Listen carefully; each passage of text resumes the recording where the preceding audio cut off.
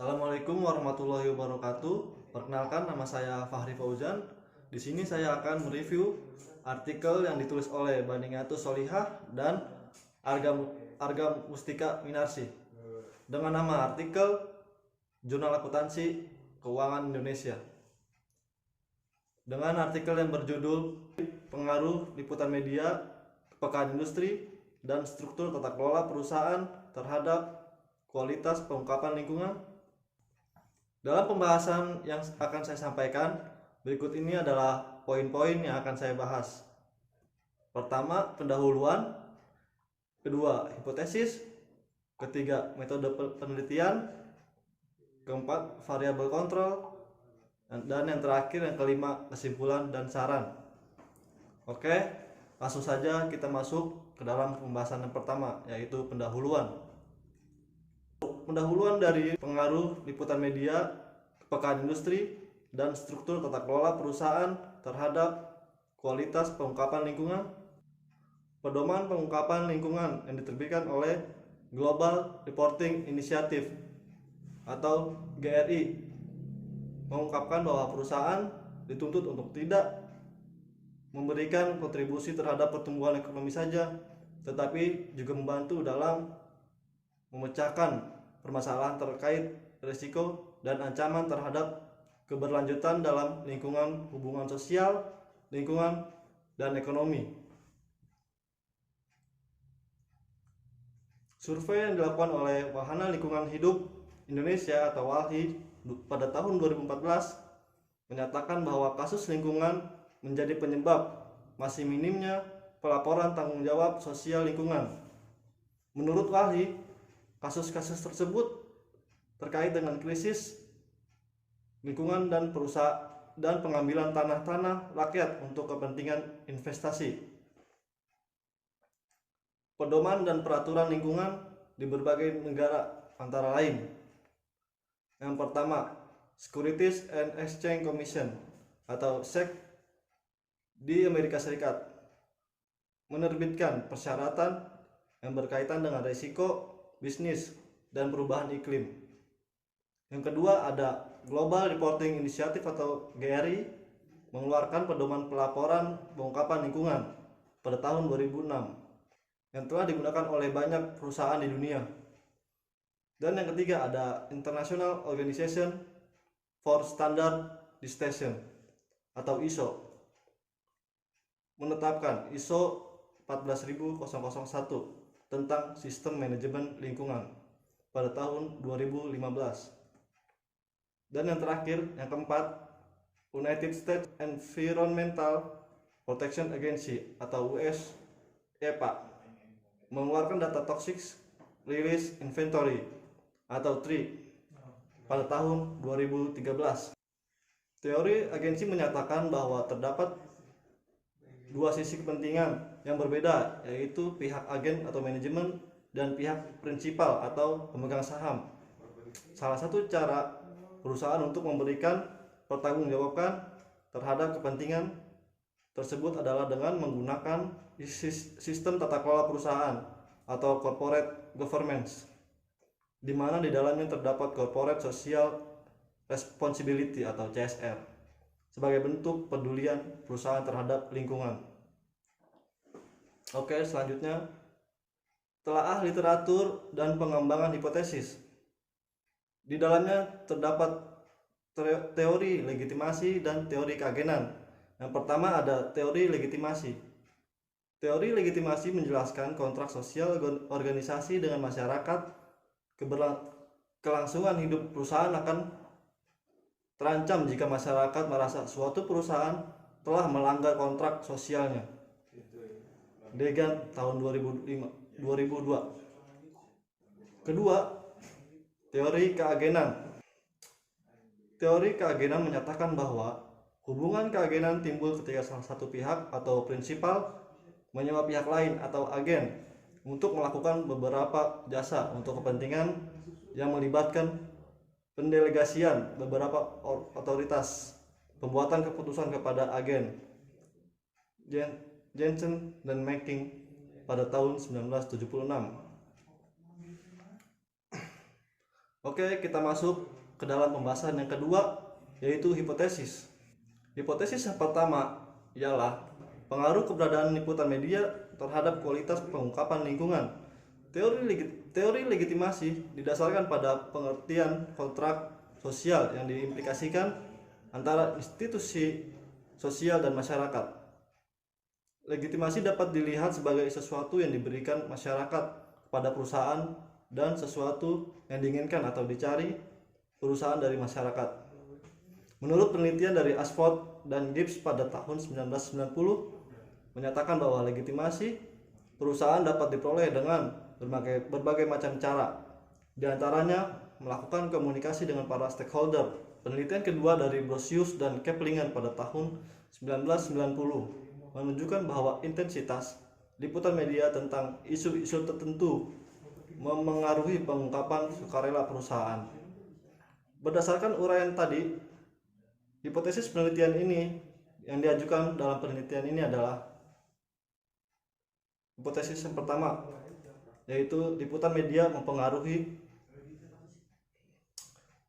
Berdasarkan uraian di atas, hipotesis penelitian yang diajukan dalam penelitian ini adalah hipotesis liputan media berpengaruh positif terhadap kualitas pengungkapan lingkungan.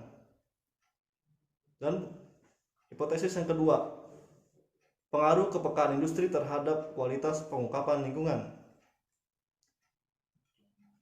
Prestiani pada tahun 2014. Di Indonesia, perusahaan tambang merupakan industri dengan tingkat kepekaan yang lebih tinggi bila dibandingkan dengan industri lain, seperti industri makanan dan minuman, kosmetik, energi, kimia maupun farmasi. Dan menurut hasil penelitian Zulekha dan Setiawan pada tahun 2012 menyatakan bahwa sensitivitas industri berpengaruh signifikan terhadap pengungkapan tanggung jawab sosial.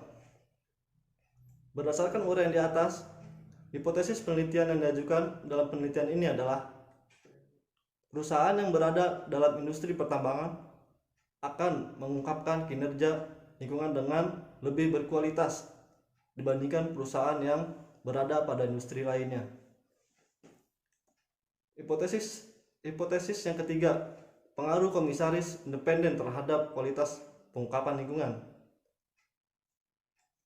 Muktianto pada tahun 2011 berpendapat bahwa komisaris independen mampu mendorong manajemen untuk mengambil keputusan strategis untuk mencapai kinerja yang optimal. Selain itu, penelitian dari Chen dan Jagi pada tahun 2000 menyatakan bahwa proporsi komisaris independen berpengaruh positif terhadap pengungkapan lingkungan.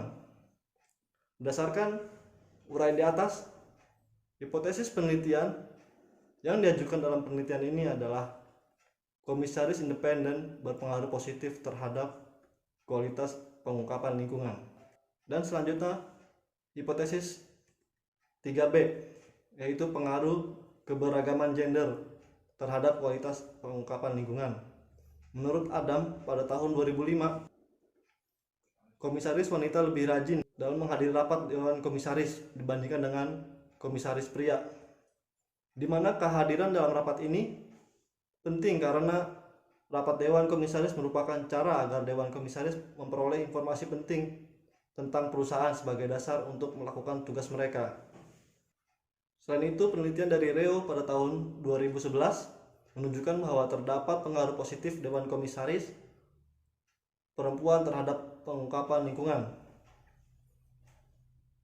Dewan komisaris perempuan yang mempunyai beberapa sifat di atas kemungkinan untuk berkontribusi secara maksimal terhadap pengambilan keputusan terkait dengan pengungkapan lingkungan tersebut. Berdasarkan uraian di atas, hipotesis penelitian yang diajukan adalah keragaman gender berpengaruh positif terhadap kualitas pengungkapan lingkungan. Selanjutnya ada hipotesis 3C, yaitu pengaruh multiple directorship terhadap kualitas pengungkapan lingkungan.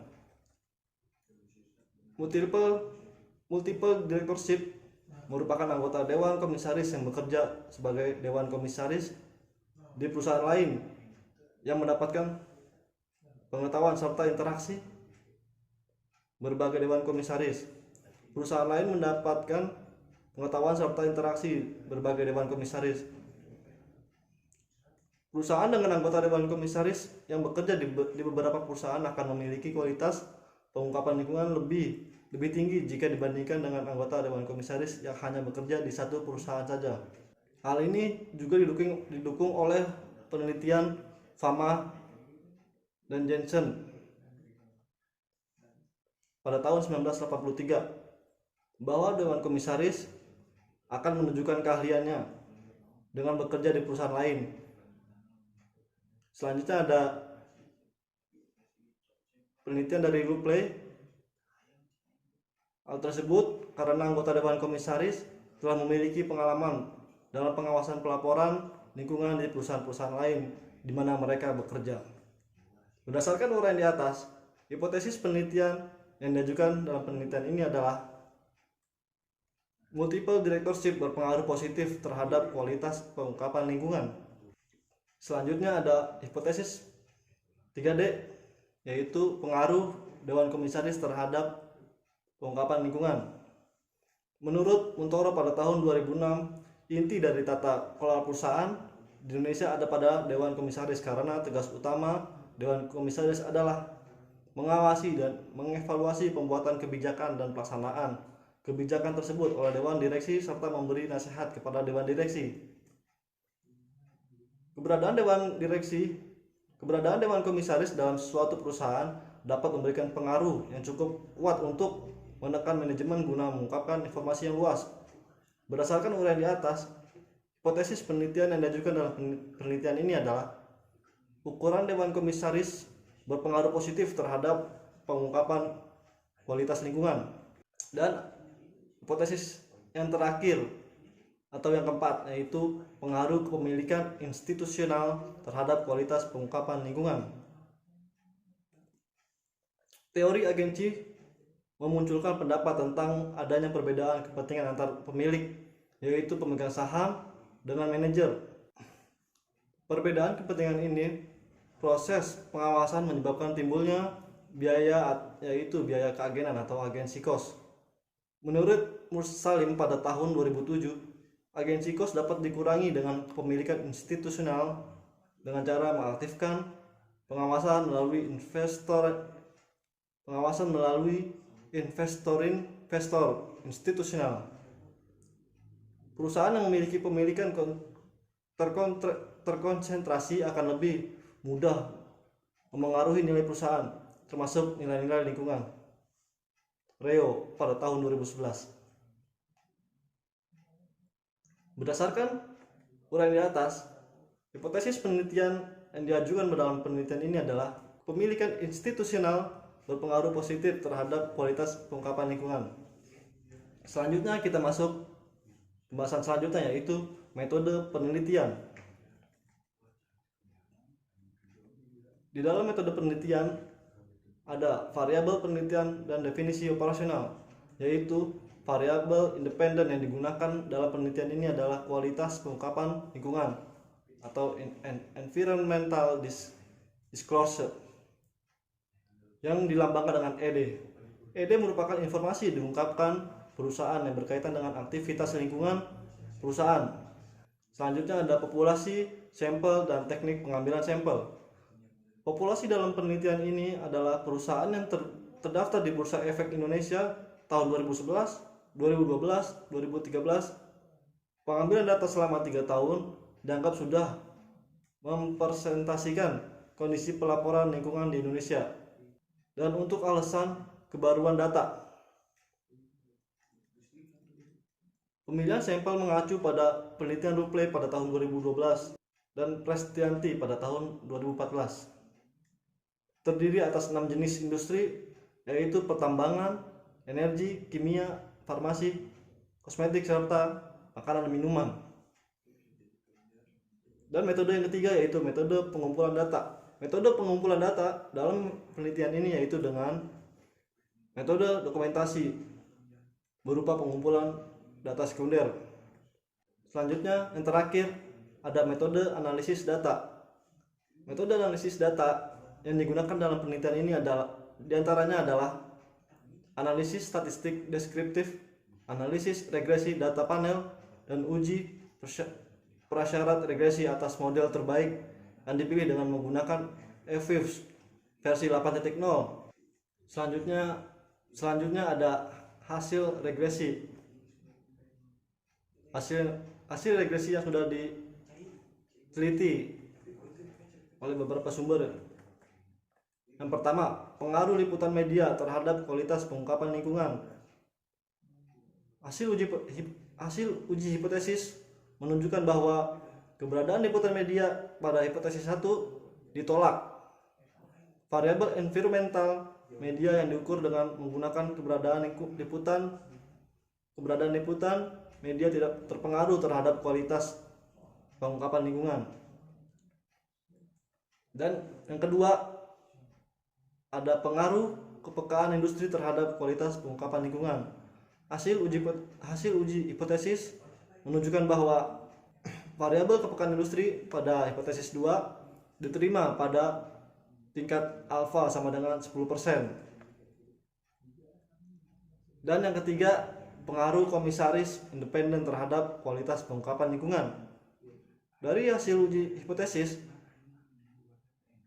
menunjukkan bahwa dalam model fixed effect, variabel komisaris independen berpengaruh signifikan pada hasil alfa sama dengan 10% terhadap kualitas pengungkapan lingkungan. Dan selanjutnya, dari hipotesis pengaruh keberagaman gender terhadap kualitas pengungkapan lingkungan. Dari hasil uji hipotesis ini menunjukkan bahwa pada model fixed effect, variabel keberagaman gender, yaitu keberadaan anggota dewan komisaris perempuan tidak berpengaruh signifikan terhadap kualitas lingkungan. Selanjutnya, hipotesis pengaruh multiple directorship terhadap kualitas pengungkapan lingkungan. Hasil uji hipotesis menunjukkan bahwa variabel multiple directorship atau directorship, yaitu jumlah anggota dewan komisaris yang memiliki pekerjaan lebih dari satu, signifikan. Hasil ini konsisten dengan penelitian yang dilakukan oleh Lupley pada tahun 2012. Selanjutnya ada hipotesis pengaruh ukuran dewan komisaris terhadap kualitas pengungkapan lingkungan. Hasil uji hipotesis menunjukkan bahwa variabel ukuran dewan komisaris mempunyai pengaruh positif dan signifikan terhadap kualitas pengungkapan lingkungan. Dan yang terakhir ada hipotesis pengaruh kepemilikan institusional terhadap kualitas pengungkapan lingkungan.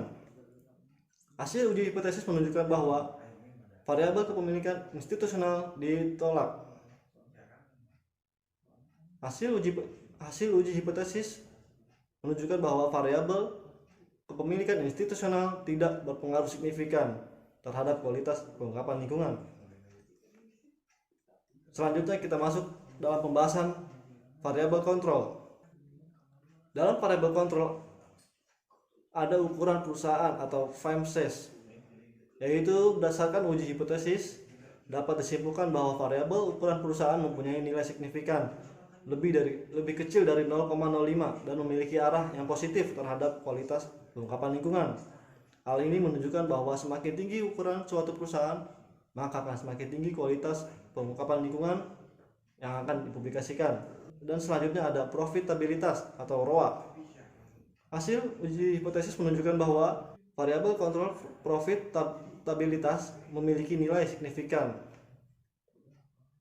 yaitu 0,0394 lebih kecil dari 0,005 dengan nilai koefisien 1,955618. Artinya profitabilitas berpengaruh positif terhadap kualitas pengungkapan lingkungan. Dan yang terakhir ada kesimpulan dan saran. Kesimpulannya adalah berdasarkan analisis data dan pembahasan yang telah dilakukan, maka dapat diambil kesimpulan bahwa kepekaan industri, komisaris independen, multiple directorship, ukuran dewan komisaris, ukuran perusahaan, dan profitabilitas berpengaruh terhadap kualitas pengungkapan lingkungan. Sementara itu, variabel liputan media, keberagaman gender, dan kepemilikan institusional tidak berpengaruh terhadap kualitas pengungkapan lingkungan. Selanjutnya saran berdasarkan penelitian pertama adalah menambah sumber media online dengan mempublikasikan pengungkapan lingkungan perusahaan, misalnya dengan website dan lain-lain. Yang kedua, menambah sampel pada berbagai sektor industri seperti rokok, minyak, gas, dan lain-lain. Saran yang ketiga, meminimalisasi unsur objektivitas pengukuran kualitas pengungkapan lingkungan. Dan saran yang keempat atau yang terakhir, penelusuran pemilikan institusi dapat mempertimbangkan kepemilikan langsung dan tidak langsung serta menyertakan nominus sebagai investor industri. Oke, cukup sekian pembahasan tentang mereview artikel pengaruh liputan media, kepekaan industri, dan struktur tata kelola perusahaan terhadap kualitas pengungkapan lingkungan. Semoga dapat dipahami dan dicerna dengan baik. Akhir kata saya ucapkan terima kasih dan wassalamualaikum warahmatullahi wabarakatuh. Jangan lupa like, comment, and subscribe. Bye bye.